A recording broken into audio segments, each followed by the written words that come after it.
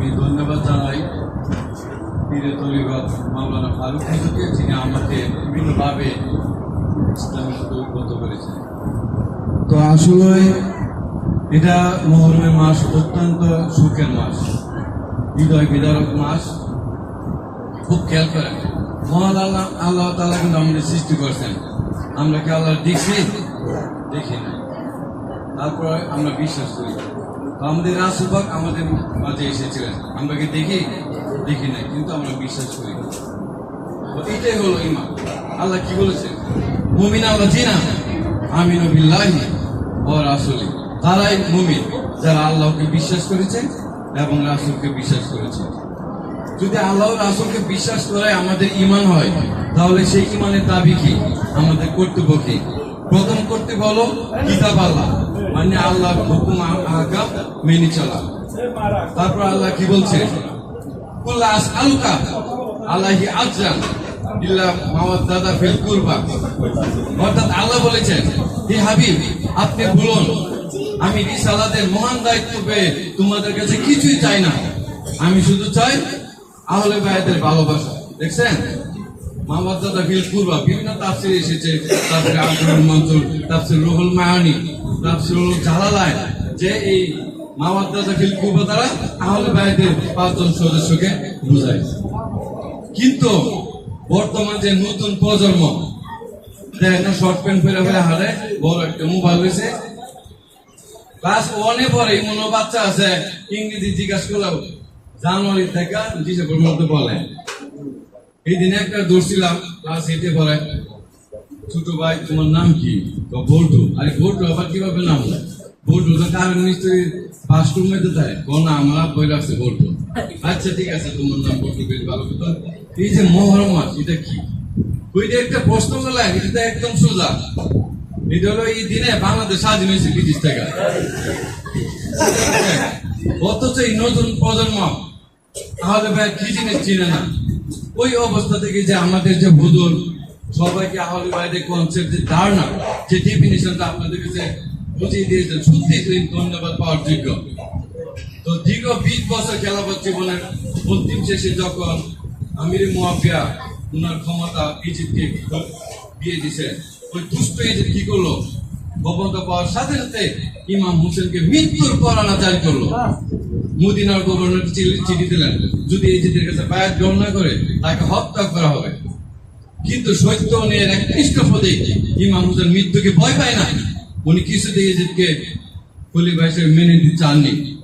তো বিভিন্ন ঘটনার অন্তরাল পেরে শেষ পর্যন্ত কারবালার প্রান্তরে 5,000 সৈন্য সহ অতর্কিত ভাবে ইমাম হোসেনকে শহীদ করলো। ইন্না লিল্লাহি ওয়া ইন্না ইলাইহি রাজিউন। শুধু শহীদ করে নেয়, এই কল্লাটা একটি তীক্ষ্ণ বর্ষা আঘাতে করে সিরিয়াতে চলে যায়। সিরিয়ার ওখানে গিয়ে সিরিয়ার যে রাজধানী দামেস্ক, গলিগুলিতে সাধারণ মানুষকে দেখাতে থাকে, এই যে দেখো, তোমরা তো বলেছিলে ইমাম হোসেন জান্নাতের যুবকদের সর্দার, এই দেখো ওনার কল্লা আমার হাতে। এই দৃশ্য দেখে সমস্ত কুফাবাসী আতঙ্কিত হয়ে পড়ে। এইভাবে বিভিন্ন পর্বতে আরো ঘটনা করে। তো এরকম একটা নির্মম ভাবে আমাদের নবীজির কলিজার টুকরাকে হত্যা করলো, শহীদ করলো, অথচ তাকে কাফের বলা যাবে না। এটা কেমন কথা? কেউ না ইসলাম। এ আমরা কোন দেশে বসবাস করি? কুরআন খুলে দেখেন আল্লাহ কি বলেছে। আল্লাহ কি বলেছেন? যে আওকাজ্জাবা বিল হাক্কি লাম্মা যাও আলাইসা ফি জাহান্নামা মাসওয়ালিল কাফির। আল্লাহর পক্ষ থেকে যদি কোনো সত্য আসে এবং কেউ যদি সেই সত্য অস্বীকার করে, জাহান্নাম কি কাফেরদের আবাসস্থল নয়? দেখছেন, আল্লাহ কিতাব এবং হাদিস অস্বীকার করলে আমরা জাহান্নামী হয়ে যাব। এরপরে আমাদের নবীও তো বলেছে, আল্লাহ হাসান আওয়াল হুসাইনি সাইয়্যিদা শাবাবি আহলিল জান্নাহ। ইমাম হোসেন এবং ইমাম হাসান হলো জান্নাতের সেই যুবকদের সর্দার।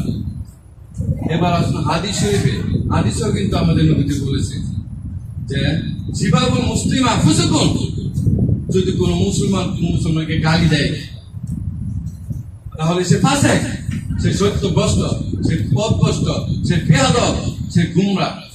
অকিতালু কুফরুন, এবং যদি কোনো মুসলমানকে হত্যা করে তাহলে সে কাফের। পাইছেন ইজিপ্টে কাপে ডিফিনিশন। তারপরে আজকে আমাদের সমাজে এসব লোকেরা বলে ইজিপ্টকে কাফের বলা যাবে না, ইজিপ্ট তো ভালো মানুষ, এই যে ধার্মিক ছিলেন, তার বেলা যদি ইজিপ্টের কোনো হাত ছিল না, ইজিপ্টের নামের পরে আলাইহি ওয়াসাল্লাম বলতে হবে, উচ্চ করে বলেন নাউজুবিল্লাহ। তো এখন আমাদের বর্তমান যুগ চলছে, এখন আমরা অনেক কাছে আহলে বায়াত জানি না, বুঝি না, এগুলা আলেম ওলামা যারা আছেন বুঝাইতে হবে। আর আমাদের মধ্যে মুসলমানদের মধ্যে অপসংস্কৃতি ঢুকে গেছে। আমরা আজকে ইসলামের নাম করে আহলে বায়াতের নাম করে অপচর্চা শুরু করছি। আমি ঢাকা দেখলাম এক লোকের 3টা ছেলে, একটার নাম রাখছে হাসান, একটা হুসান, সবচেয়ে শুরু হলো আলী। যেটা হাসান লাগছে এটা হলো মদ খা, আর যেটা হুসান এটা গাঞ্জা খা। আলী হলো লোকাল বাস স্ট্যান্ডে সাদা তুলে। চিন্তা করছেন কেন তুমি ইমাম হাসান, ইমাম হুসেন এবং আলী রাখলা, আর কাজ করে তুমি হারামি কাজে জড়িয়ে পড়ছো?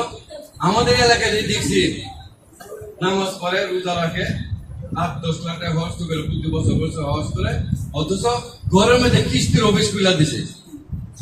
এরপর আবার নাম লিখছি কি জানেন, মা ফাতেমা তো জুয়ারা কেন্দ্র। আরে পেট শয়তান, মা ফাতেমা জুয়ারা কি সুদ খাইতো, ঘুষ খাইতো, কিস্তি দিছে? তোরা কেন এই নাম নিলে? তোরা নিজেরা সুদ খা, কেন আহলে বায়াতের নাম দিলে? কিভাবে আহলে বায়াতের নাম দিকে আমরা অপব্যবহার করছি, আমরা মিসগাইড করছি।